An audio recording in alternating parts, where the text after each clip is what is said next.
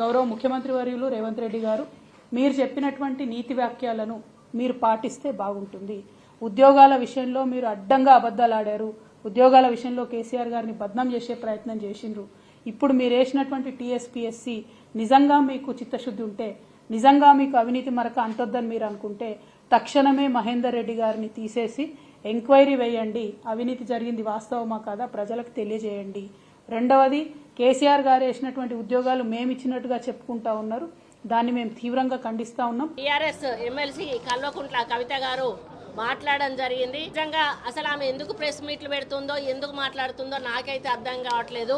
ఆమె మాట్లాడిన ప్రతి మాట కూడా దయ్యాలు వేదాలు వల్లించినట్టుగా ఉంటా ఉన్నాయి.